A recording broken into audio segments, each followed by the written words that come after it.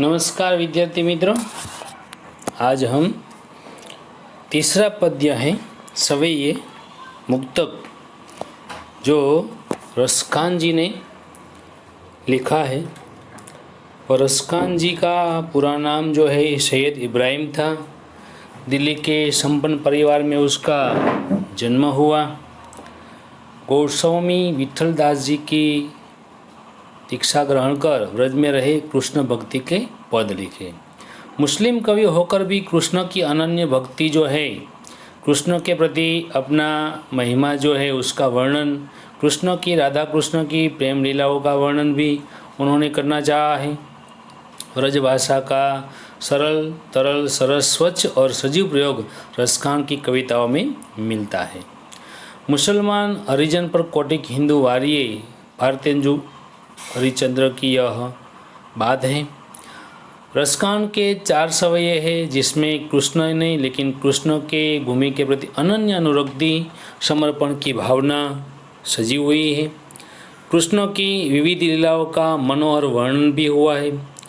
इन सवैयों में कृष्ण का धेनु चराना, बेनु बजाना, प्रेम रंग में रंगना और भंगिमाओं के साथ माधुर्यपूर्ण चित्रण जो है वह भी हुआ है। कृष्ण के सामीप्य के लिए कवि लकुटी लेकर ग्वालों संग फिरने की बात करते हैं। समझे हम कि एक मुस्लिम कवि होते हुए भी रसखान कृष्ण भक्ति में लीन थे, कृष्ण भक्ति में आसक्त थे। उनके 4 सवैये हैं, वह आगे समझे हम। पहला सवैया है, मानुष हो तो वही रसखान, बसो मिली गोकुल गांव के ग्वारन, जो पशु हो तो कहाँ बस मेरो, चलो नित नंद की धेनु मंजारन। पाहन हो तो वही गिरी को, जो धरियो कर छत्र पुरंदर कारण, जो खग हो तो बसेरो करो मिली, कालिंदी कुल कदम की डारन। तो यहाँ पर ऐसे रसखान जी ने बताना चाहा है, रसखान जी भगवान कृष्ण की व्रजभूमि जो है उससे अभिभूत है। वे चाहते हैं कि मुझे अगले जन्म में भगवान कृष्ण की जन्मभूमि जो है वहाँ पर जन्म लेने की वह अपनी कामना व्यक्त करते हैं। वे कहते हैं कि यदि उसे मनुष्य योनि में जन्म मिले लेने का सद्भाग्य प्राप्त हो तो वे गोकुल गांव के ग्वारन, तो वे गोकुल में ही जन्म ले और गोकुल के ग्वालों के साथ मिलकर वह रहे, निवास करे। इस प्रकार से चाहते हैं।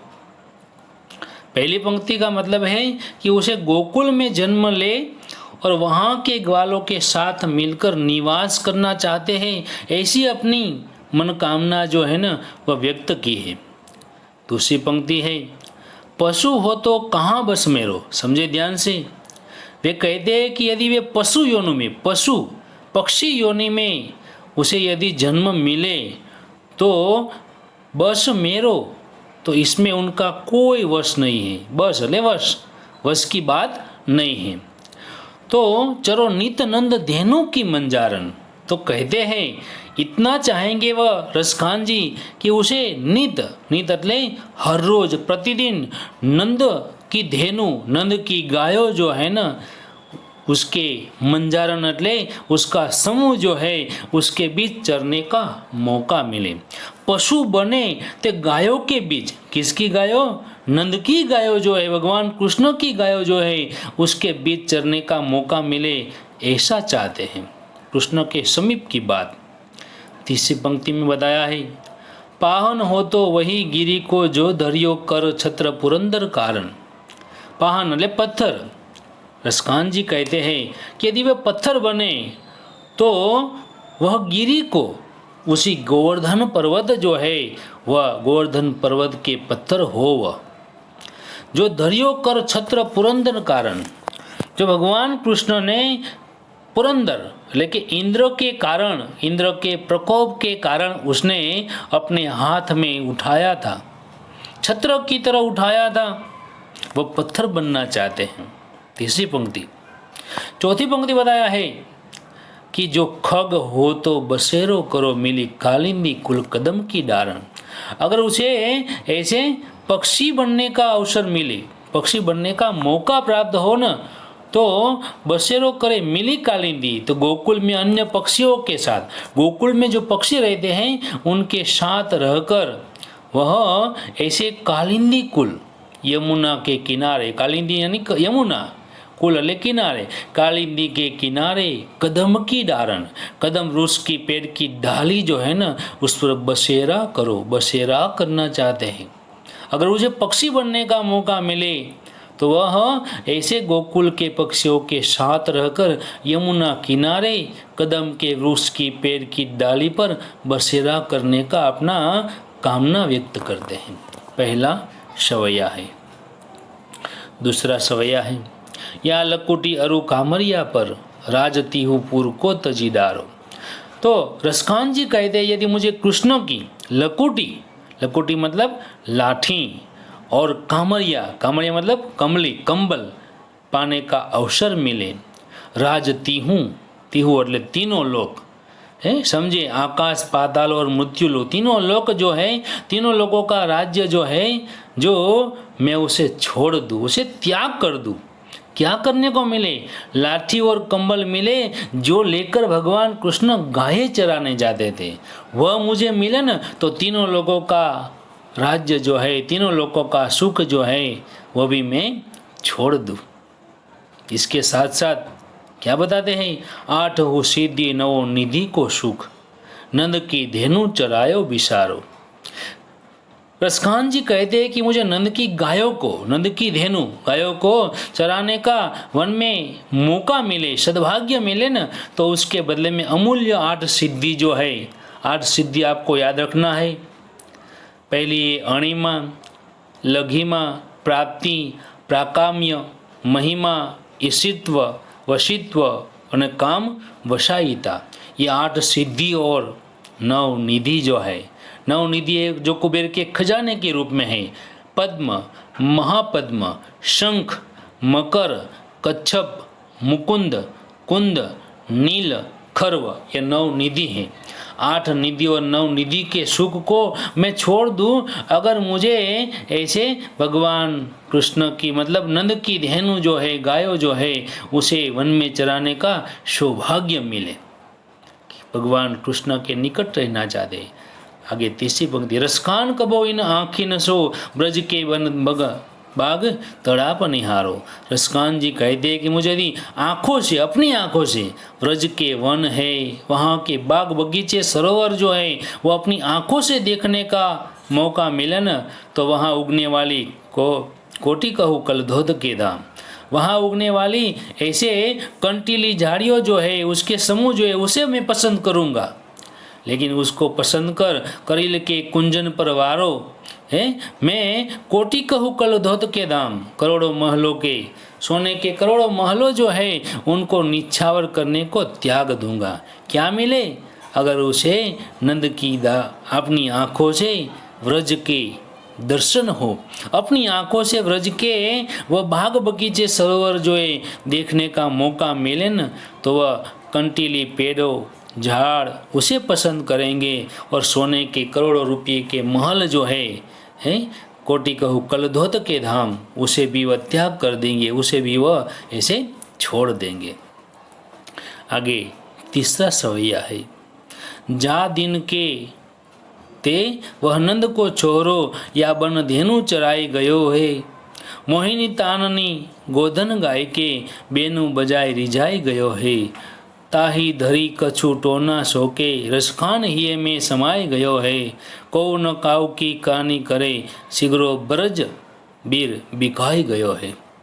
तीसरे सवैया में बताया है, रसखान जी कहते हैं कि जा दिन, जिस समय से नंद को छोरो, नंद जी का छोरा बेटा मतलब भगवान कृष्ण जो है वन धेनु चराए गयो, वन में गायों को चरा कर गया है।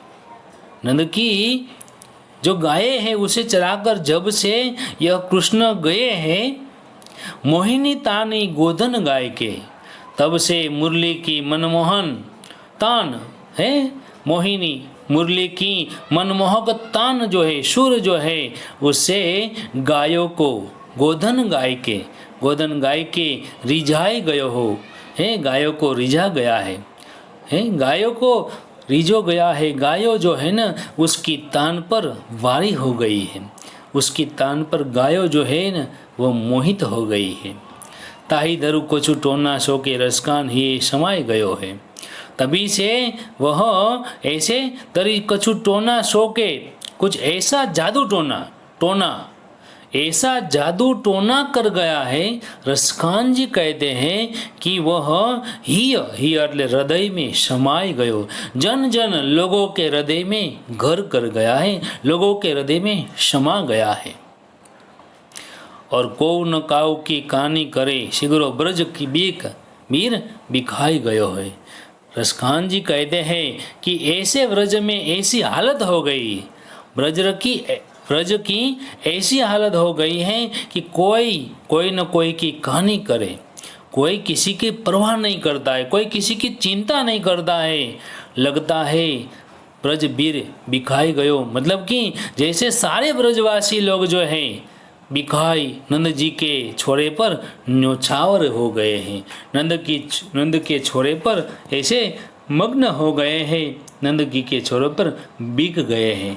इस प्रकार के भगवान कृष्ण की अनन्य भक्ति भाव जो है वह प्रस्तुत हुई है। चौथा अंतिम सवैया है, समझे। मोर पखा सिर ऊपर राखी हो, गुंज की माल गरे पहरेगी, ओढ़ी पीताम्बर ले लकुटी बन, गोदन ग्वारिन संग फिरोगी, भाव तो वही मेरो रसकानी, सो तेरे कहे सब स्वांग भरोगी, पे मुरलीधर की अदरान धरी अदरान धरोगी। कवि रसकान जी कहते हैं कि कृष्ण के प्रति गोपियों का प्रेम जो है उसका भी वर्णन हुआ है। गोपियाँ जो है ना वो गोपियाँ कृष्ण के लिए सारा स्वांग करने के लिए तैयार है, सब कुछ करने के लिए तैयार है, क्योंकि गोपियाँ है ना उसको कृष्ण को प्रति आसक्ति है, कृष्ण को वह प्रिय है, समझे। मोर पखा सिर ऊपर राखियो, गोपी कहती है, रसखान जी ने बताया कि कृष्ण की तरह वो अपने सिर पर मोर पखा, अपने सिर के ऊपर मोर के पंख धारण करेगी। गोपी क्या करना, गोपी के प्रति का प्रेम प्रसंग जो है वह अंतिम स्वयं बताया है। मोर पखा सिर ऊपर राखी, गोपियों जो है कृष्ण की तरह, कृष्ण के जैसे अपने सिर के ऊपर मोर के पंख धारण करेगी। गुंज की माल गले पहरोगी, अपने गले में लाल रंग के गुंजो जो है, घुंघची जो है उसकी माला वह अपने गले में धारण पहरोगी, गले में पहरेगी। ओढ़ी पीताम्बर, कृष्ण का वेश धारण कर पीले रंग के वस्त्र जो है पीताम्बर जो है पीले पीताम्बर वह पहनेगी, ओढ़ेगी। ले लकोटी बन है, वह अपने हाथ में गायों के चराने के लिए जो लाठी है लकोटी जो है वह लेकर गायों गोधन ग्वारी संग फिरोगी, गायों को चराने के लिए ग्वालों के साथ साथ वन ग्वारिन संग फिरोगी, है ग्वालों के संग संग फरेगी, घूमेगी, भड़केगी। गोपियाँ यह करना चाहती है। कहते हैं भाव तो वही मेरो रसखानी, कहते हैं कि अपने कृष्ण के लिए उनके सारे रूप धारण करेगी, सारे स्वांग करेगी। भाव तो वही रसखानी, रसखान जी कहते हैं कि गोपियाँ जो है भगवान कृष्ण में मुक्त है, मस्त है, तल्लीन है कि वह कृष्ण के लिए सारे स्वांग युक्ति जो है वह करना चाहती है। वह यह भी करती है, सो तेरे मह सब स्वांग भरोगी, सारे स्वांग करेगी, कृष्ण की तरह हर कुछ करना चाहती है, कृष्णमय बनना चाहती है, कृष्ण में आसक्त होना चाहती है। क्या करेगी?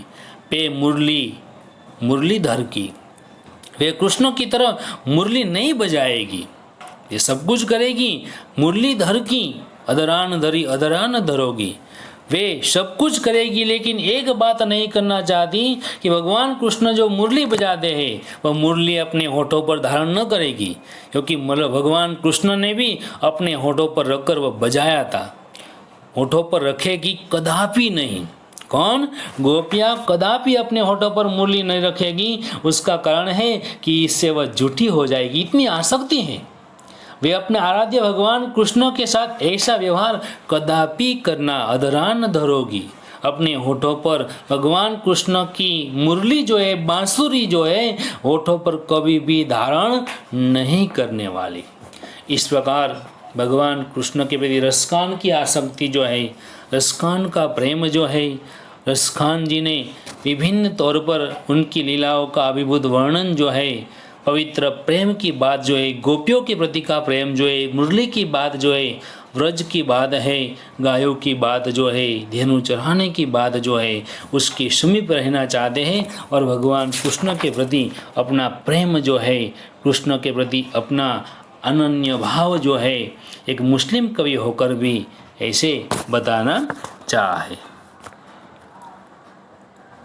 यहाँ पर विद्यार्थियों, ये जो स्वाध्याय दिया गया है वह आपको अब यह तीसरी इकाई का स्वाध्याय यहाँ पर जितना दिया गया है वह सब आपको स्वाध्याय विभाग नोटबुक जो है उसमें लिखना है, इस सवैया को समझने के बाद।